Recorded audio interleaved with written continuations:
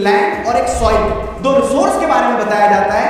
इसी के over and above अगर आप देखोगे तो आपको ये बताया जाता है कि क्यों इन रिसोर्सेस के प्रति हमें थोड़ा सा सतर्क होना पड़ेगा, क्या चैलेंजेस हैं, क्यों लैंड डिग्रेड हो रही है, क्यों सॉइल डिग्रेड हो रही है, और समस्या पे नहीं समाधान पर फोकस करते हुए ये भी बताया जाता है कि क्या तरीके हैं जिससे रिसोर्स कंजर्वेशन किया जा सकता है। Hello everybody, this is Divyas Singh Rajput, welcome to our channel. Chapter इस तरह से शुरू होता है कि जहां पे पहले रिसोर्स की डेफिनेशन बताई गई है। रिसोर्स की डेफिनेशन में सिंपल तीन चीजें आपको ध्यान रखना है। वो ये है कि कोई भी चीज जो हमारी नीड सेटिस्फाई करती है वो रिसोर्स कहलाती है। प्रोवाइडेड टेक्नोलॉजिकली एक्सेसिबल होना चाहिए, इकोनॉमिकली फीजिबल होना चाहिए और कल्चरली एक्सेप्टेबल होना चाहिए। रिसोर्सेज को अलग अलग तरह से क्लासिफाई किया जा सकता है on the basis of origin, exhaustibility, on the basis of ownership और द स्टेटस ऑफ डेवलपमेंट। इसके बाद अगर आगे बढ़ोगे तो सवाल यह आता है कि रिसोर्सेज का डेवलपमेंट जरूरी क्यों है। Good question, you are a good question. क्योंकि कुछ समस्याएं हैं, कुछ प्रॉब्लम्स हैं, इश्यूज हैं जिस कारण से रिसोर्सेज का डेवलपमेंट जरूरी है। जैसे कि रिसोर्सेज का डिप्लीशन हो रहा है कुछ ग्रीडी लोगों की नीड्स को सेटिस्फाई करने के चक्कर में, इसलिए हमें रिसोर्स को डेवलप करने की जरूरत है। पॉइंट 1। सही बात है। दूसरी चीज देखने को मिलती है कि रिसोर्सेज का डिस्ट्रीब्यूशन कुछ इस तरह से हो चुका है कि सोसाइटी हैव्स और हैव नॉट्स में डिवाइड हो गई है। कुछ लोगों के पास रिसोर्सेज हैं रिच, कुछ लोगों के पास रिसोर्सेज नहीं है poor. Society is divided into rich and poor, have and have nots. मैं गरीब हूं, मैं गरीब हूं। तीसरा पॉइंट ये है कि रिसोर्सेज के इनडिस्क्रिमिनेट यूज के कारण सोसाइटी में ग्लोबल इकोलॉजिकल क्राइसिस देखने को मिल रहे हैं, जैसे ग्लोबल वार्मिंग, पॉल्यूशन, और इन्हीं सारे कारणों से ये क्लियर है कि हमें डेवलपमेंट ऑफ रिसोर्स इंश्योर करना पड़ेगा, रिसोर्स प्रॉपर तरीके से विकसित हो। कैसे करेंगे? कैसे? ऐसे नहीं हो सकता।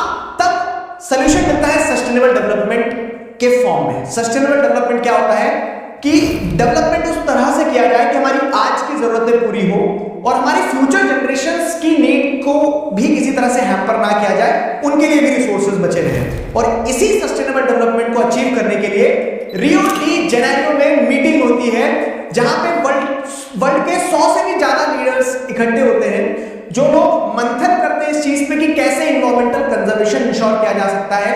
और इस रियो डी जेनेरियो का आउटकम होता है एजेंडा 21, एक एक्शन प्लान जिसके तहत इन्वायरमेंटल डिग्रेडेशन, पॉवर्टी और डिसीजेस को कॉम्बैट किया जाएगा।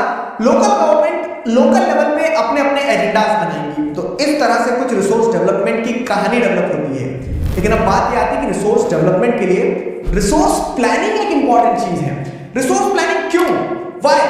तो यहां पे आपको समझ में आता है कि रिसोर्सेज अनइवनली डिस्ट्रीब्यूटेड है।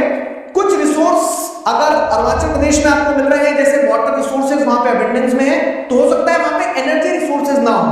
सिमिलरली जहां एनर्जी रिसोर्सेज होंगे वहां वाटर रिसोर्सेज नहीं होंगे।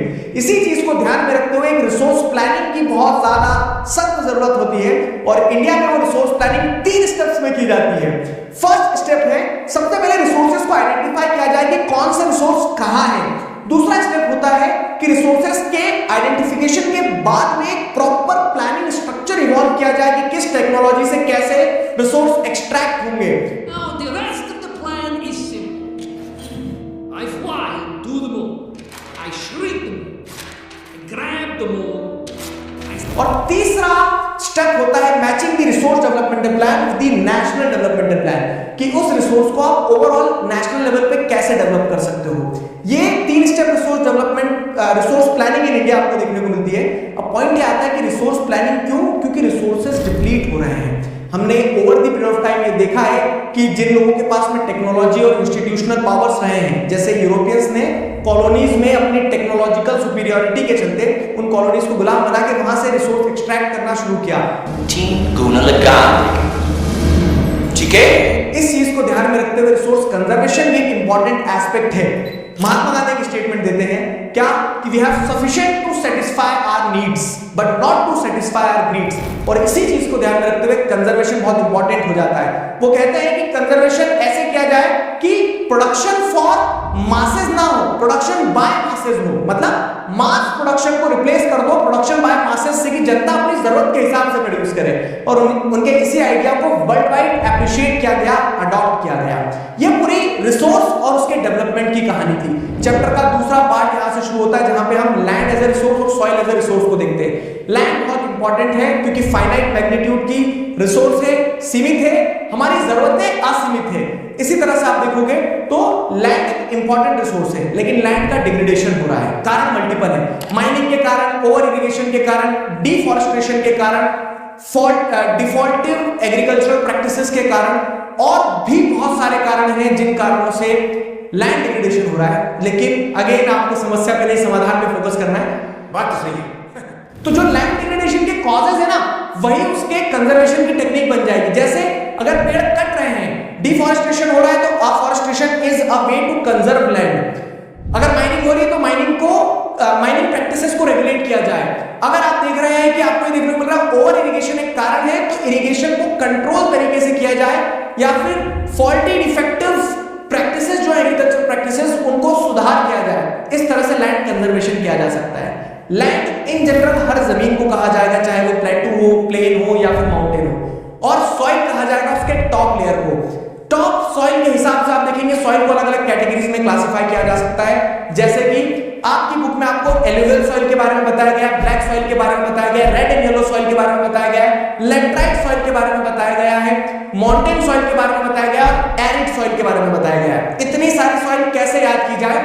इसकी निंजा टेक्निक सिंपल, हर एक सॉइल किसी ना किसी एरिया में पाई जाती है, हर एक सॉइल के अंदर कुछ ना कुछ स्पेसिफिक प्रकार की क्रॉप्स ग्रो होती है, हर एक सॉइल के अंदर कुछ स्पेसिफिक कंटेंट है। जैसे अगर आप देखोगे तो एलुवियल सॉइल बहुत फर्टाइल है, जैसे अगर आप देखोगे कि लैटराइट सॉइल जो है तो ह्यूमस लैक करती है, एरिड सॉइल जो है तो उसके अंदर मॉइस्चर नहीं है।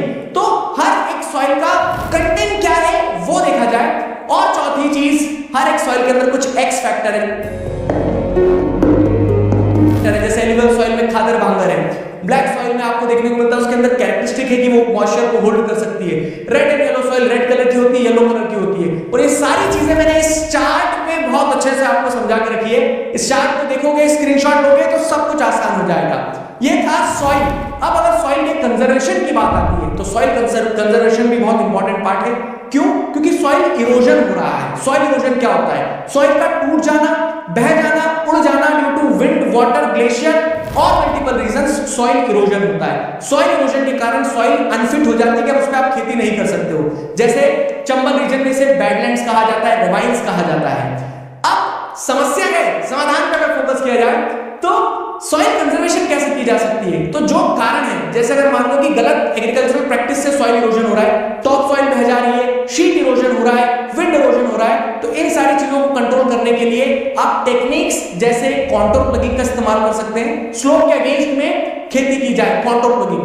आप टेरेस फार्मिंग की जा सकती है, जहां पे आप पहाड़ों के जो स्टीप स्लोप्स हैं उनको कट करके फ्लैट सरफेसेस बना सकते हैं। स्ट्रिप क्रॉपिंग की जाए, अलग अलग स्ट्रिप्स में क्रॉप्स लगाई जाए, शेल्टर बेल्ट्स बनाए जाए ताकि विंड इरोजन को रोका जा सके, पेड़ लगाए जाए ताकि जो जड़ें हैं वो जमीन को होल्ड करके रख सके। इस तरह से सॉइल को कंजर्व किया जाए।